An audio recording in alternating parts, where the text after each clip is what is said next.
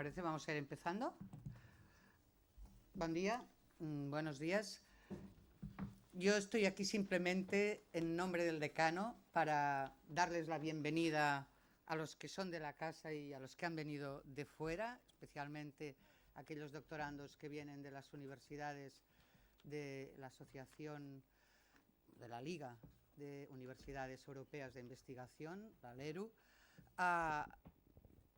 para aquellos pues, que vienen por primera vez, aunque ya conozcan nuestra facultad, simplemente indicarles que, como sabrán, nuestra universidad es una de las mayores del país, es la primera universidad aquí en Cataluña, y de hecho nuestra facultad de Derecho es también la facultad de Derecho que mayor número de estudiantes recibe y que distribuye en un número muy importante de grados y de másters, además del programa de doctorado. Desde el punto de vista de la investigación, también la Universidad de Barcelona y nuestra Facultad de Derecho es también una de las universidades punteras en España, y esto es lo que refleja, de hecho, la pertenencia a la asociación de la LERU. De hecho, es la única universidad española que forma parte del ERU. La Universidad de Barcelona es miembro del ERU desde el 2010, es relativamente reciente, pero en cualquier caso, desde el momento en que pasó a formar parte de esta asociación y un poco respondiendo y honrando los compromisos que asumen las universidades miembros, evidentemente todos los aspectos relacionados con la investigación han sido prioritarios en nuestra universidad, y en particular en el marco de la tarea que lleva a cabo el ERU de promover una investigación de alta calidad, pero además también innovadora y que de alguna manera pues, aporte y responda a los principales retos que plantea nuestra sociedad actual, es de hecho en el marco también en el que este seminario, organizado por la Cátedra Jean Monnet de Derecho Privado Europeo, se organiza. En este contexto sí que me gustaría señalar que ese compromiso con LERU por parte de la Universidad de Barcelona se cristaliza también por la pertenencia de la facultad a lo que es el grupo de trabajo de los decanos de facultades de Derecho, y justamente en este grupo de trabajo, que además por primera vez se reúne el próximo fin de semana aquí en nuestra facultad, justamente uno de los aspectos prioritarios de las discusiones de este grupo de trabajo es básicamente los temas de la investigación jurídica, tanto desde la perspectiva más sustantiva de los retos que se abordan, como desde la perspectiva, si se quiere, más a efectos de resultados de la valoración y de la evaluación de esta investigación jurídica. Y es de nuevo también, ¿no?, en este contexto que la universidad, a través de los distintos grupos de investigación, 15 grupos de investigación, a través del Instituto de Investigación, el Transjust, y a través de los 4 observatorios que tiene, lleva a cabo esta investigación a la que desde 2015, si no me equivoco, ¿no?, se añade la primera cátedra Jean Monnet. No es la primera, es la segunda, tuvimos otra hace unos años. Se añade pues, la infraestructura que aporta también la cátedra Jean Monnet sobre Derecho Privado Europeo, y a la que también pues, desde el 2017, desde el septiembre, se añade una segunda cátedra también de Derecho Ambiental de la Unión Europea. Este es el contexto y estas son las actividades que en definitiva también corresponde organizar a las cátedras Jean Monnet, en la medida en que, como tales, pues tienen una dimensión de investigación también muy importante, que es lo que luego también se acaba traduciendo en los resultados académicos que ofrece a nivel europeo. Dicho esto, yo darles la bienvenida a los de la casa y a los de fuera, agradecer expresamente a la doctora Esther Arroyo y a la cátedra Jean Monnet sobre Derecho Privado Europeo la organización de este acto, porque este tipo de actos son los que en definitiva prestigian a nuestra facultad y son los que tienen después también una relevancia de cara al exterior, y desearles también a todos ustedes que en el marco del seminario de hoy sobre los derechos de los particulares y el derecho privado europeo, pues entiendo fundamentalmente, ¿no?, vinculado con todos aquellos retos que desde la perspectiva del derecho privado europeo pues afectan a nuestros ordenamientos jurídicos internos, pues tengan una jornada sumamente provechosa, de un alto nivel, esto es evidente, por las mismas presentaciones y por los mismos comentaristas o relatores o comentaristas, no sé exactamente cómo debo denominarlos, pero en cualquier caso, pues evidentemente tanto por parte de los doctorandos que presentan sus trabajos como por parte del profesorado de la facultad que participa en esta sesión, es obvio también que la calidad del seminario está más que asegurada. Por tanto, simplemente, pues de nuevo, darles la bienvenida en nombre del decano, él no podía estar esta mañana aquí, y desearles que tengan una jornada sumamente fructífera y, si nos los permiten también, uno de los aspectos que resaltaremos de alguna manera en la próxima sesión que tenemos con los decanos de las facultades de Derecho del Grupo del ERO, la semana que viene, será justamente también la realización de este tipo de actos y de esta sesión en concreto en nuestra facultad, como una de las actividades, como una de las acciones que desde la propia facultad se organizan también con las universidades del Grupo del ERO. Tenemos otras también, por ejemplo, por si no lo conocen, aprovecho, perdón, para hacer difusión del mismo, el programa que tenemos dentro de las universidades del ERO, que algunos de ustedes ya algunos se han beneficiado ya y otros van a beneficiarse, en relación a los intercambios que se producen entre doctorandos de las diferentes universidades del Grupo ERO. Es una oportunidad también para la cual encontramos una financiación que esperamos pues, que perdure como mínimo algunos años más, pero en cualquier caso es una oportunidad para nuestros doctorandos de poder realizar estancias de investigación en universidades, evidentemente, pues del prestigio de las universidades que pertenecen a este grupo. Dicho esto, nada más. Ahora yo me voy y cambiamos con la doctora Huici, desearles que tengan una jornada realmente provechosa.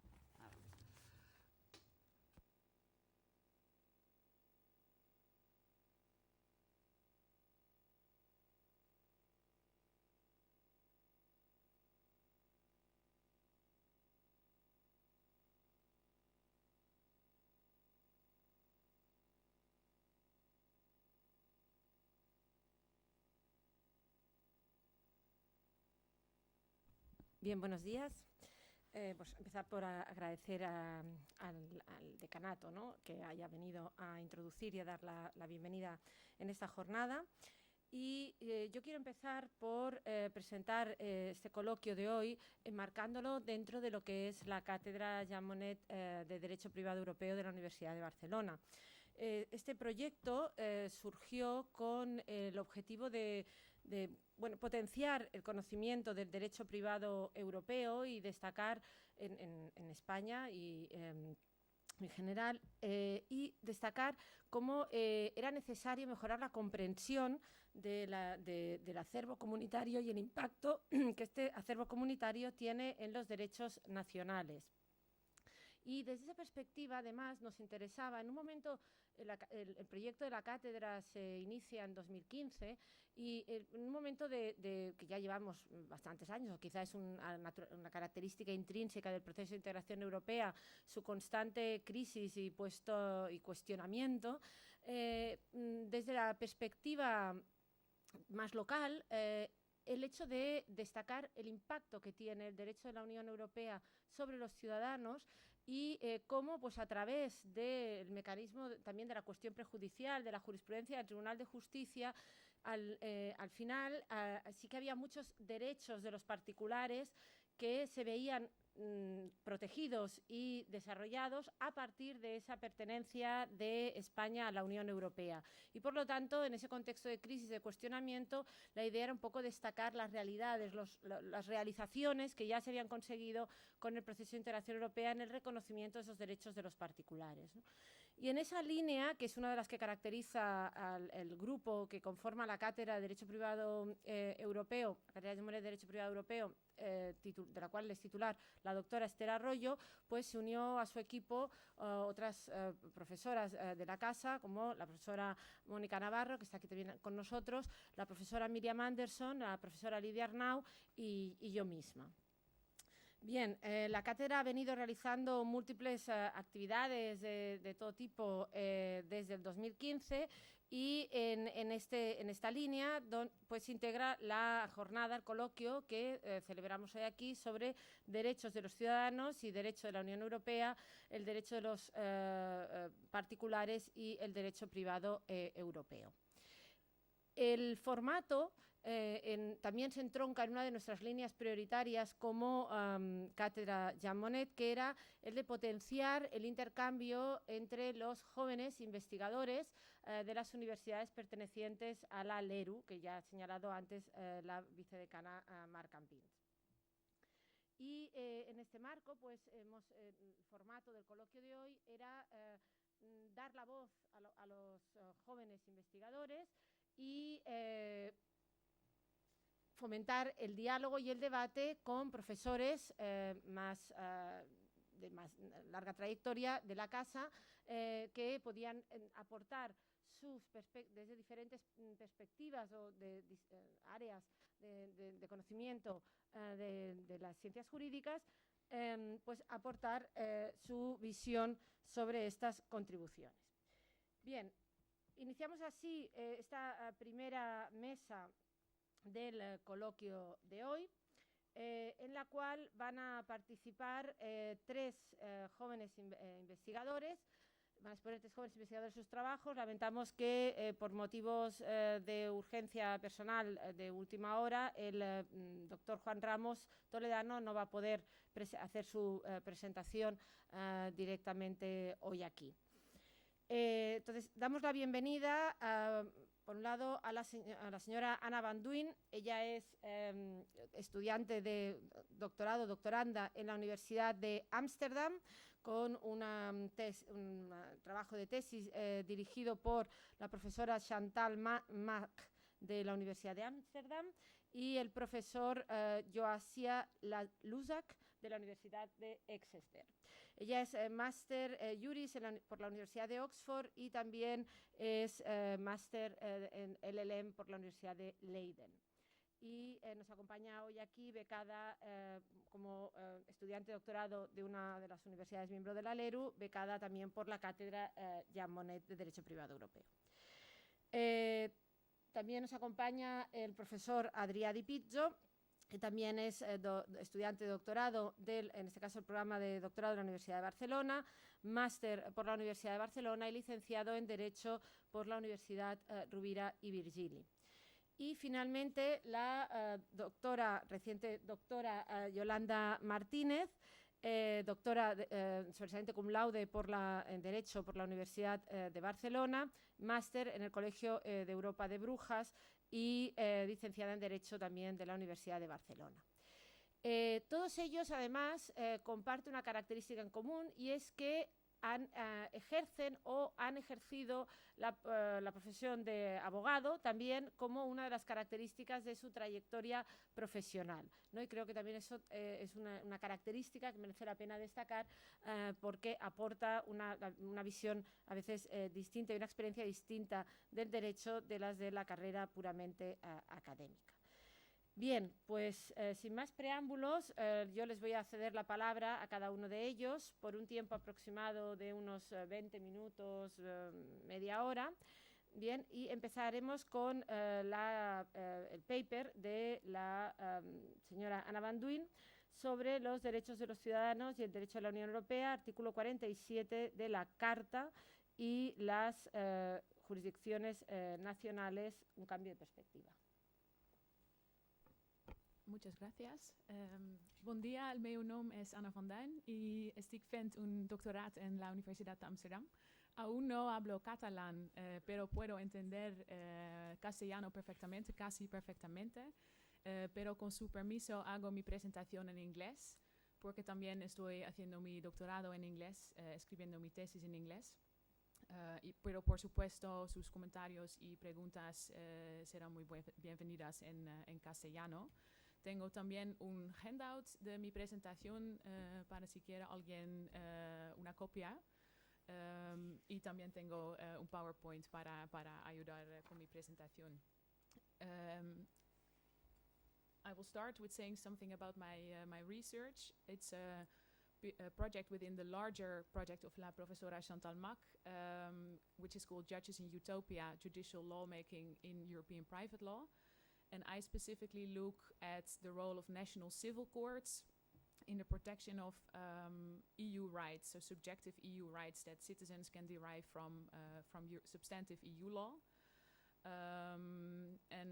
Article 47 of the Charter is binding since 2009, but its role for specifically civil courts and what it can mean for them as decentralized EU judges hasn't really been investigated yet. In the Netherlands, it's particularly relevant because we don't have constitutional review, we don't have a constitutional court. So European fundamental rights have direct effect, and it's an extra instrument that can impact the Dutch legal order. And in Spain, I've noticed there are many preliminary references to the Court of Justice in Luxembourg about procedural issues. And some of these references and also the rulings refer to Article 47, the fundamental right to effective judicial protection, tutela efectiva judicial. I specifically look at the cases on unfair terms in consumer contracts, so consumer access to justice, because there is a relatively high number in that field of law. And I think it's interesting to see if there are any similarities and disparities in the EU level of references to Article 47 and the way it's actually implemented and received in the national member states. And there are a lot of differences there. Today I will talk about the Dutch experience with consumer arbitration. I think we can draw some inspiration here from Spain and the Spanish case law. In the Netherlands, arbitration is largely self-regulated, and I understand that in Spain you have a Sistema de Arbitraje de Consumo, which is regulated by the law. And in the Netherlands, it's much more privatized. So basically, any foundation can offer a platform for consumer arbitration. And we've had a lot of problems with that recently from the perspective of consumer protection. And I think that this example shows that Article 47 can really empower national civil courts in enhancing and promoting access to justice for consumers, and can actually mean a change in perspective, which is also the title of my presentation today. This is the website of eCourt, which is a private foundation, like I said, offering an online platform for arbitration in consumer disputes. In the Netherlands, we have a system of private health insurance, so everyone has to take out a health insurance mandatorily, but with a private company. And I noticed when I changed companies at the beginning of this year, so I switched from one health insurer to another one, that in the general terms and conditions there is this clause that says any disputes will be submitted to eCourt. So I went to this website. This is quite an interesting picture for a platform that says that it offers dispute resolution, I think, like a girl with a blindfold. But they really present themselves as a cheaper, faster, and easier alternative to the state court system. And that's also really their business model. So they largely rely on claims from private health insurers, who then bring a claim against consumers. So the consumers are the defendants here, to claim unpaid premiums, medical bills, things like that, on a very large scale. And what you see happening is that causes quite a lot of problems. To start with, consumers like me often don't even know that they've accepted an arbitration clause, that they signed general terms and conditions that say we will go to eCourt. The procedure is extremely expedient. Often within 1 week from bringing the claim, you already have an arbitral award. Almost too efficient, to the detriment of consumers. who barely have an opportunity to present their view. It's automated decision making, a robo-judge or an algorithm that just produces standardized awards that often only refer to the case file, so only say, for the amount of the claim, see the case file. For the specifics of the claim, see the case file. So from the award, you cannot see anything. So if a court is asked to enforce such an award, it actually has no information at all about whether it is a consumer, what the basis of the claim is, if there has been perhaps any indefension because the consumer has not had any right to be opportunity to be heard. And what often happens is that consumers don't bring an action for annulment because that's one step too far. So the court puts a stamp, and then the health insurer can go to a court bailiff to seize the assets and, enforce the claim.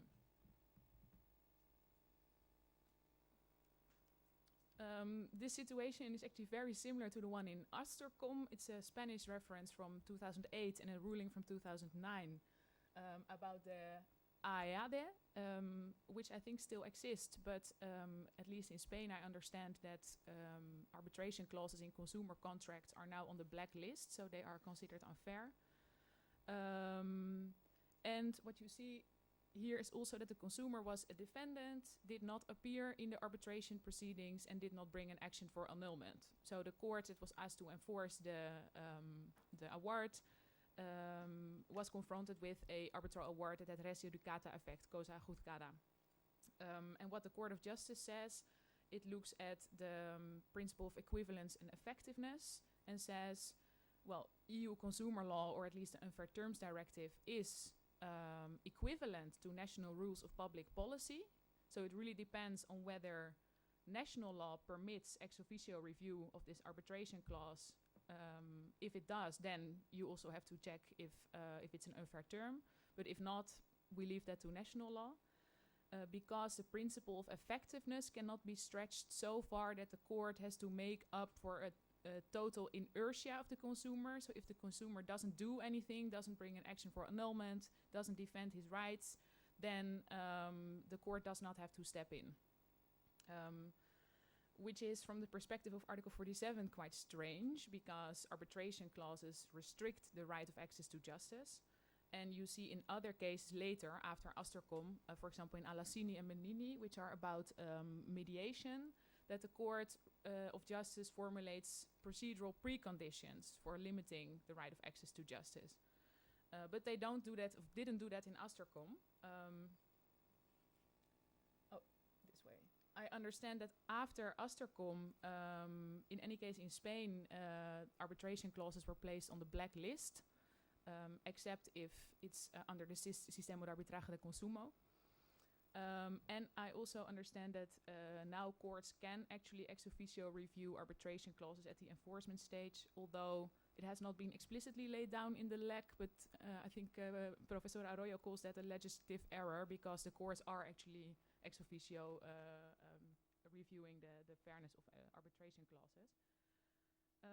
And another difference with the Netherlands is, and I've put the Dutch provision here, is that we have also blacklisted arbitration clauses, but there is one important escape. If the clause says that the consumer has 1 month to still choose for a state court instead of arbitration, it's not an unfair clause. So basically they say vehicles cannot enter here, but if you are by bike or if you have this 1 month period, then you can actually do it.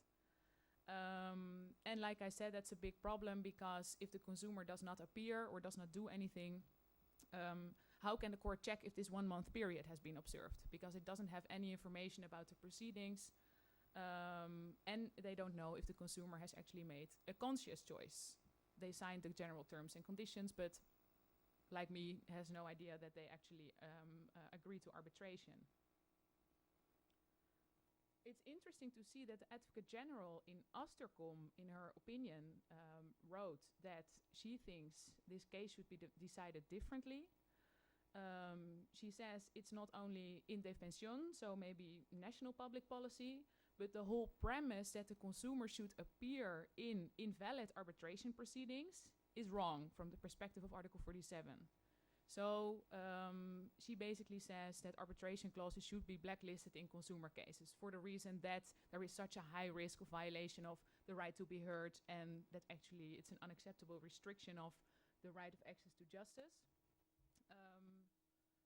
Which I think is an interesting perspective. You really see here how Article 47 can lead to a different conclusion than on the basis of the principles of equivalence and effectiveness. But arbitration, at least in the Netherlands, is a very political issue. There are a lot of lobby groups that are very strongly promoting arbitration because they says it increases access to justice, but they forget that it can also actually be a danger to access to court and judicial protection. And you see that the court has recently said that in the Slovakia Republic versus Achmea judgment, it's a bilateral investment treaty case, but they say that, which I think is interesting for consumer arbitration as well, that judicial review should always be possible because arbitration is separate from the EU judicial system, and that the court should always be able to check fundamental provisions of EU law, and I think that also includes charter provisions. So some kind of EU public policy or EU norm that actually also applies to arbitration. And this has been seen as a very political statement. It has been seen as the death to bilateral investment treaties. I'm not an investment expert, but that could be that it's very dangerous to this whole separate arbitration system. But it's a very political statement of the Court of Justice.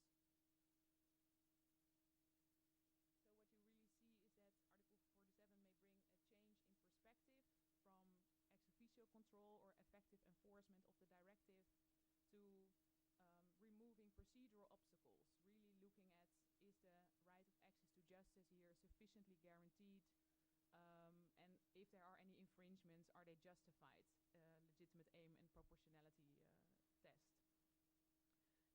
An important thing to see here is that judicial review presupposes access to court. If a case doesn't come before a court, then there is no ex officio review or no judicial review. So it's actually one step back and see how do we guarantee access to court.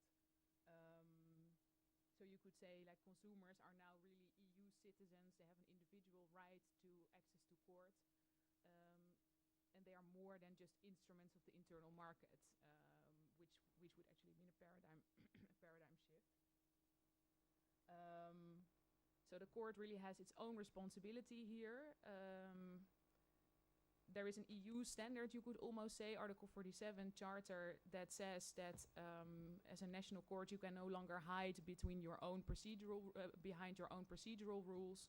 You actually have to remedy gaps or barriers in the procedural framework. And you could even say that Article 47 trumps the principle of res judicata, judicata, of arbitral awards, because otherwise it would be way too easy to circumvent this effective judicial protection. Because then you can just go to an arbitral tribunal and hope that the consumer doesn't show up, and then you have your enforceable title without any of the guarantees that EU law provides. For e-court, this would mean that I think from the court's point of view, it should just simply refuse to enforce the award if there is not proof that the requirements of Article 47 have been met. In the Netherlands, it's quite a radical thing to say for me because, like I said, arbitration is such a high-valued institution. And courts really say we don't have the power to investigate here. If it's not clear that it's a consumer and the consumer doesn't show up, there's nothing we can do. And I say, well, then you should just refuse to enforce the reward because you know it's e-court, you know it's health insurers mainly, it's a natural person, you can see by the name, well, maybe you don't know it's a consumer, but that it's a natural person, a weaker party that requires extra protection. And you don't need national public policy for that. You can do that on the basis of Article 47. And like I said, we don't have a constitutional review, so we really need international fundamental rights to dismiss such a request for enforcement on the basis of indefension, for example. So that was very briefly one of the examples that I discuss in my thesis. There are a lot of other issues that Article 47 plays a role in respect of enhancing consumer access to justice. You can say that as soon as a case comes before a court of law, even at the enforcement stage, and there is a link to EU law, so possibly a consumer involved or unfair terms, then Article 47 applies, and it applies fully. It brings with it all the procedural safeguards that the court has to guarantee actively. So it has been suggested that it really has transformative power, so an upgrade of national procedural law to an EU standard. And you could see that happening in the case of e-court in the Netherlands. There are, of course, limits to what courts can do. They have to take into account their institutional position. Like I said, an important limitation is that a case has to be brought before a court for the court to be able to do anything. There is also a recent Spanish case, I refer to it as Banco Santander, but it's from December 2017, where you could see that if a case falls outside the scope of contract law, the court cannot do anything on the basis of unfair terms anymore. And I was very upset about this case. We can talk about that later, because it actually shows a bank actively removing a case from the scope of contract law and then going to a court to enforce, which I would say in Dutch would constitute a violation of good faith. But there was nothing that the court could do. So we have to see if it's going to be a real transformation or metamorphosis. And I've put here a picture of Europe and the bull, because I think it's a nice comparison, the transformation of a god into a white bull that then tries to seduce Europe and national courts to jump onto its back.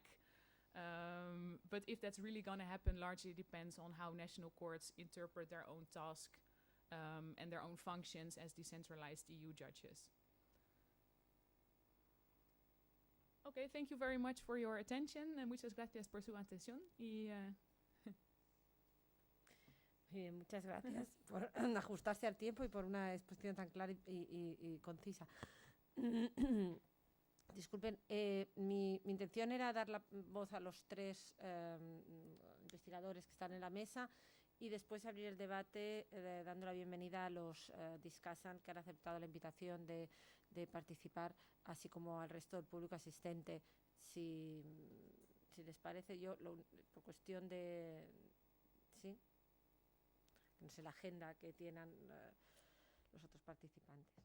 Bien, pues entonces seguimos con la presentación del señor Adrián Tipizzo sobre, en este caso, la hiperactividad de los datos en el mercado único digital, los datos como moneda de cambio.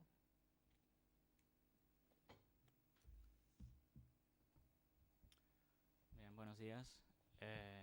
Gracias, Laura. Mi nombre es Adrián Tipizzo, algunos de vosotros me conoceréis. Soy, como bien ha dicho la doctora Wisi, doctorando de esta casa. Mi directora es la doctora Esther Arroyo, mi tutora es la doctora Navarro, a las cuales agradezco que estén hoy aquí, así como al resto de presentes que han tenido a bien pasar esta mañana de viernes aquí escuchándonos. He titulado mi presentación La hiperactividad de los datos en la sociedad digital, de alguna manera para significar el rol protagonista que los datos están asumiendo desde prácticamente los últimos 20-25 años y cada vez más en nuestra sociedad. Concretamente, hablaremos de los datos como moneda de cambio y para ello contaremos con el siguiente sumario. Introduciremos la materia un poquito, hablaremos de por qué los datos, por qué nuestro objeto de estudio es este. Luego nos introduciremos de pleno en un caso concreto, en los datos como contraprestación en la propuesta de directiva sobre suministros de contenidos digitales, que en este momento está a medio aprobar en la Unión Europea. Nos adentraremos seguidamente en algunas cuestiones problemáticas y finalmente, como no, resaltaremos algunas conclusiones propias. Bien, antes que nada, por qué los datos son el oro del siglo XXI, el petróleo del siglo XXI. Los datos se han convertido en el pilar de la economía moderna y así lo ha demostrado el desarrollo constante de las tecnologías de la información y la comunicación, el Big Data y el Internet de las cosas en los últimos 10 años. ¿Esto qué ha provocado? Ha provocado a partir de una premisa básica que es la recogida, el almacenamiento y la estructuración de datos por parte de unas empresas, un nuevo modelo de negocio. Un nuevo modelo de negocio justamente fundamentado, cimentado en nuestros datos personales. Los datos, como ustedes bien saben, son objeto de tutela, de protección por nuestro ordenamiento jurídico a través de un derecho fundamental recogido en el 18.4 de la Constitución. Este derecho, si bien no fue inicialmente recogido en el 78, sí que fue posteriormente desarrollado a partir de la doctrina constitucional. Son importantísimas las sentencias 190-2000 y 192-2000 que desarrollan la configuración inicial del contenido esencial de este derecho y los pormenores que le seguirían. Y a partir de aquí el derecho ha ido desarrollándose, el derecho de protección de datos, por parte de la doctrina. Pero detrás del derecho de protección de datos lo que hay son los datos, naturalmente. Y esos datos son objeto de diversos negocios contractuales hoy en día. Uno de los cuales se resume en los contenidos digitales, como bien he dicho. Pero, sin embargo, problemas genéricos de los datos son bastante más diversos. Luego abordaremos también la diferenciación entre datos personales y no personales, la libre circulación de los datos y, como no, nos centraremos en el suministro de contenidos digitales, como he dicho antes. Bien, antes que nada, la realidad a la que estamos asistiendo es tan notoria que por notoria no necesita de datos. Sin embargo, siempre viene bien algunos números que nos ayuden a ejemplificar este nuevo paradigma en el que nos movemos. Bien, la Unión Europea, estos son datos oficiales, ha valorado la economía de los datos en el año 2014-2015, 257-272 billones de euros para la Unión Europea, y estima que para el 2020 la economía de los datos, la data economy, contribuirá o supondrá un total de 643 billones de euros para la economía de la Unión. Esto si se implementan los modelos normativos que en la actualidad son objeto de discusión, uno de los cuales es la propuesta de directiva de suministros de contenidos digitales como herramienta de fomento o de creación de lo que se ha denominado mercado único digital. El mercado único digital nace con la estrategia del mercado único digital elaborada y publicada en el 2015 por la Comisión Europea, que tiene por finalidad última conseguir establecer la libre circulación de los datos. ¿Por qué? Porque la economía hoy en día se basa en los datos, en su libre circulación. Y ni siquiera la protección de datos como derecho fundamental puede ni debe restringir la circulación de datos. Esto nos lo dice el reglamento al que ahora me remitiré y también lo decía la directiva 9546, que dejará de ser aplicable el próximo 25 de mayo. Bien, ¿a través de qué acciones pretende crear la Comisión Europea el mercado único digital? Básicamente a través de tres acciones. A través de fomentar el crecimiento de la economía digital. Esto en parte se realizaría con la directiva de suministro de contenidos digitales, por ejemplo. En mejorar las condiciones para que las redes digitales sean óptimas y, por tanto, se alcance lo que se ha denominado interoperabilidad y se consiga un buen funcionamiento de las plataformas en línea. La interoperabilidad es la conexión macroestructural de los diferentes dispositivos electrónicos, Internet de las cosas y las plataformas en línea.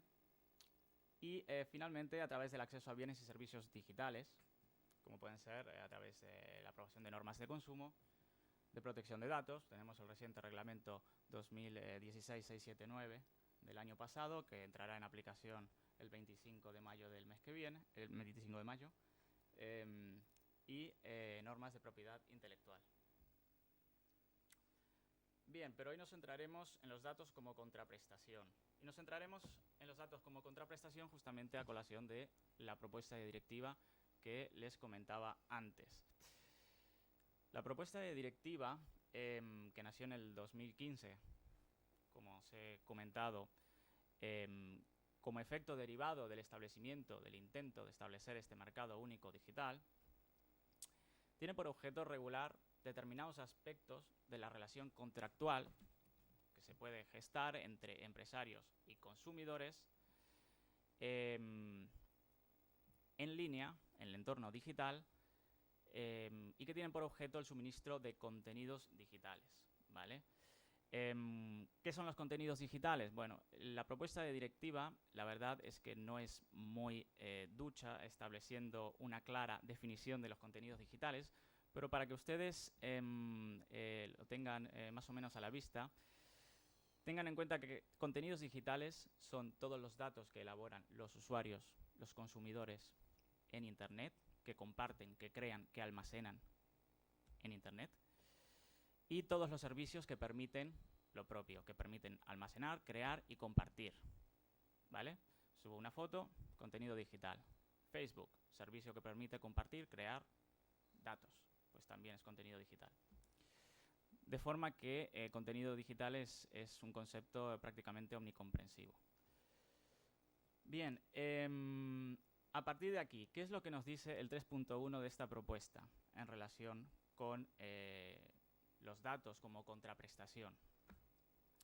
Dice lo siguiente: la directiva se aplicará a cualquier contrato en virtud del cual el proveedor suministra contenidos digitales al consumidor o se compromete a hacerlo y a cambio se paga un precio, o el consumidor facilita activamente otra contraprestación no dineraria en forma de datos personales u otro tipo de datos.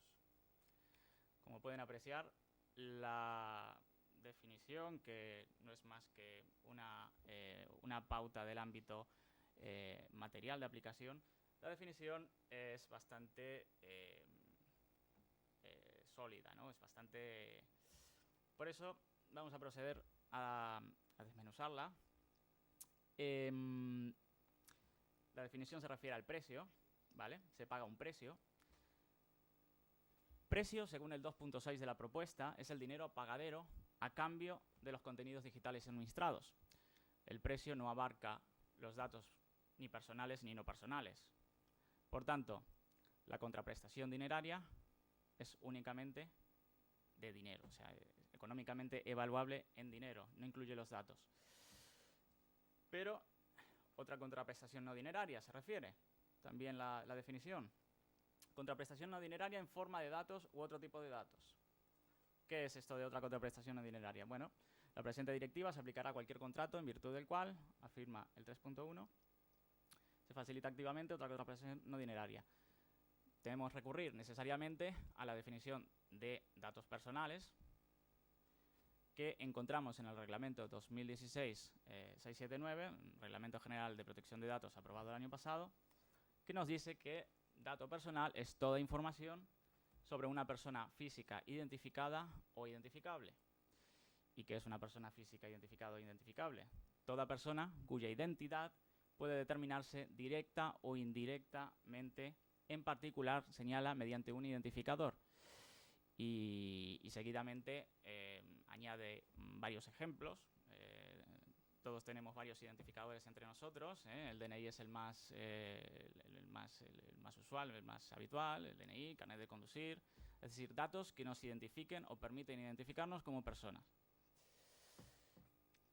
Bien, a todo esto, ¿qué es por tanto, dato no personal. Si dato personal es toda información sobre una persona física identificada o identificable, a sensu contrario, dato no personal es lo que nos propone la propuesta de reglamento sobre circulación de datos no personales. Datos distintos de los datos personales a los que se refiere el artículo 4.1. Pues como pueden ver, no hacía falta esta definición. Ya entendíamos o podíamos entender claramente que dato no personal era todo lo que no era dato personal, y en este sentido cabe destacar que la definición de dato personal es casi omnicomprensiva, abarca casi todos los supuestos de datos, es decir, no hay dato que indirecta o indirectamente, o los hay muy pocos, no nos pueda identificar como personas. Bien, finalmente, vuelvo a la tenéis aquí, se añade una coletilla, un requisito, una condición de concurrencia que se traduce en facilitar activamente. Es decir, no basta con que el empresario reciba o el consumidor facilite datos, sino que estos datos deben ser facilitados activamente, es decir, deben ser proporcionados activamente, a sabiendas, por el consumidor. Esto nos deja con que los datos que no se facilitan activamente, que son el 90%, los datos que recogen las cookies, por ejemplo, no se incluyen dentro de la definición de la directiva. Por tanto, datos proporcionados de forma pasiva o datos para la ejecución del contrato, datos que son necesarios para la ejecución del contrato. Aquí os pongo el ejemplo de Google Maps. Google Maps, cuando lo ponemos en funcionamiento, suele recomendarnos que iría mucho mejor si activamos la ubicación, ¿verdad? Técnicamente no es necesario activar la ubicación para saber dónde está un sitio o no. La ubicación es necesaria para saber cómo llegar a ese sitio o saber dónde estamos nosotros. Pero aún así, Google Maps nos lo sugiere. ¿Es una funcionalidad necesaria para la ejecución del contrato? No. Pero aún así nos lo sugiere. ¿Cuál es la consecuencia de decir no quiero la ubicación? Pues ninguna, pero hay otras aplicaciones que, si con funcionalidades semejantes y decimos que no, pues la ejecución del contrato no tiene lugar.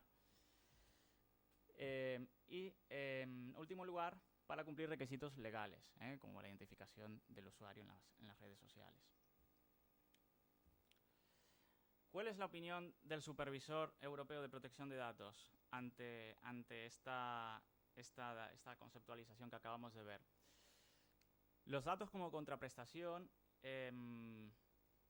no deberían concebirse de ninguna manera, afirma el Supervisor Europeo de Protección de Datos en su opinión de junio del 2017, porque los datos no pueden concebirse, en tanto que derecho fundamental, no pueden concebirse como mera mercancía, afirma.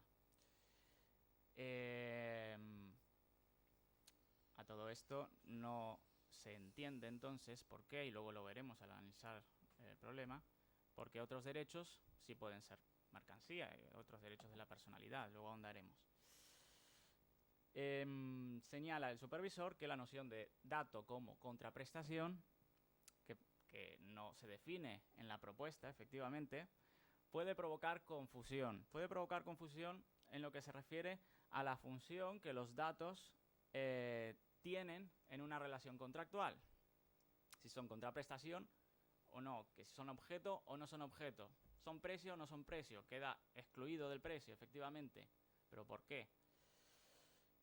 En su opinión de 2016-816 ya lo destacaba.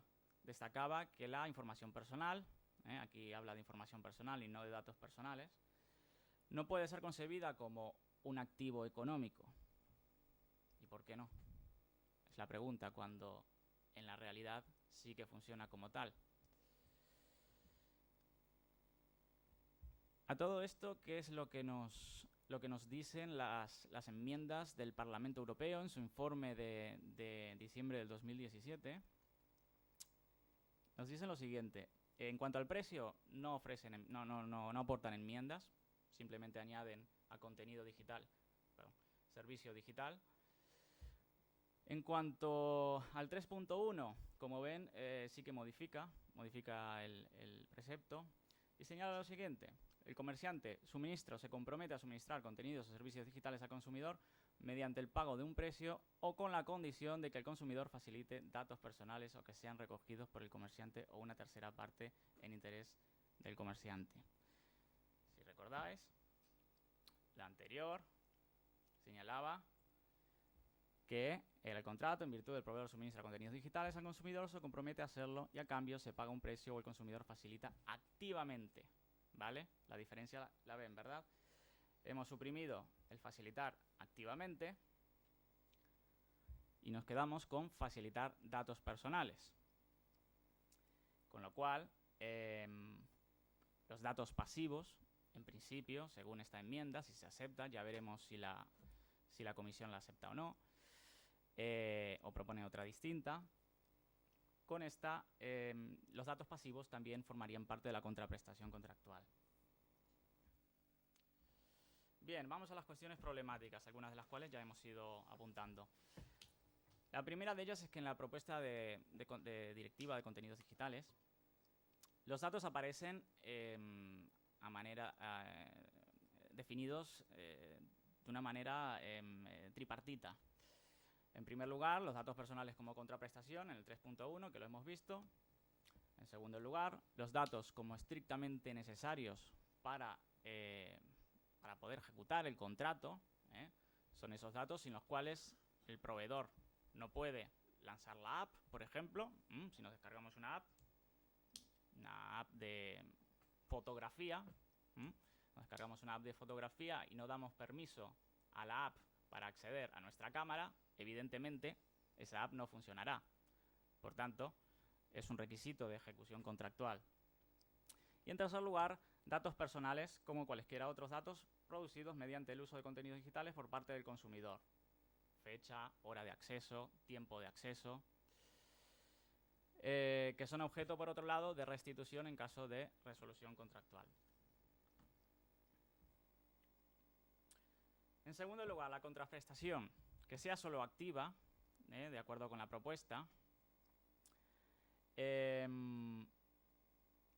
supone que no se aplicaría a auténticas situaciones de contraprestación. Y hemos dicho ya la facilitación pasiva. ¿Qué es lo que hacen las cookies? Las cookies en nuestro ordenador, no sé si están familiarizados con el término cookie, entiendo que sí. Cookies, chivatos. Las cookies, hay básicamente dos tipos de cookies. Hay unas cookies que son muy fáciles de borrar, que son las que se eliminan cuando le damos a eliminar cookies. Y hay otras cookies que son denominadas cookies flash, que se necesita un conocimiento experto en informática para poder borrarlas. Un usuario habitual de ordenador no las borra. Y son esas cookies las más peligrosas, entre comillas, porque son las que delatan